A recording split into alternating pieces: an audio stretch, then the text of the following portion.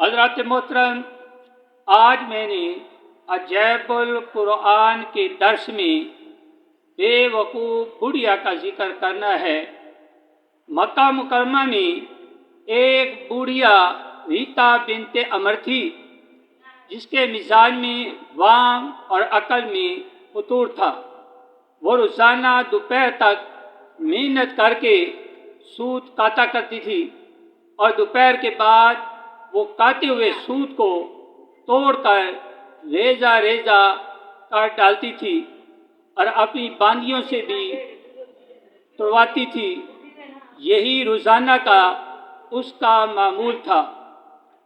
حضرات محترم، جو لوگ اللہ تعالیٰ کے نام کی قسمیں کھا کر یا اس کے نام پر لوگوں سے کوئی عہد کر کے اپنی قسموں اور عہدوں کو توڑ دیا کرتے ہیں، ان لوگوں کو اللہ تعالیٰ نے اس دعوی سے تشبیہ دیتے ہوئے قسموں اور عہدوں کے توڑنے سے منع فرمایا ہے۔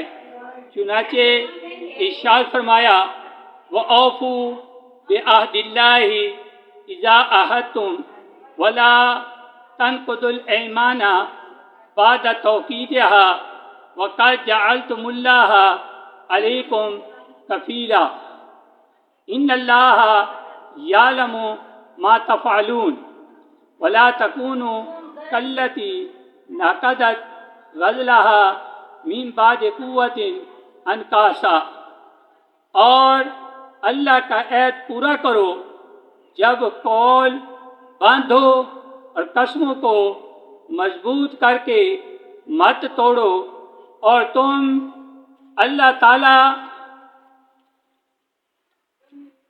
اپنے اوپر ضامن کر چکے، بے شک اللہ تمہارے کاموں کو جانتا ہے، اور تم اس عورت کی طرح نہ ہو جاؤ جس نے اپنے سود کو مضبوطی کے بعد ریزہ ریزہ کر کے توڑ دیا۔ حضرات محترم، ہر قسم کی بد عہدی اور عہد شکنی ممنوع اور شریعت میں گناہ ہے۔ اسی طرح اللہ تعالیٰ کی قسم کھا کر بلا ضرورت اس کو توڑنا بھی جائز نہیں۔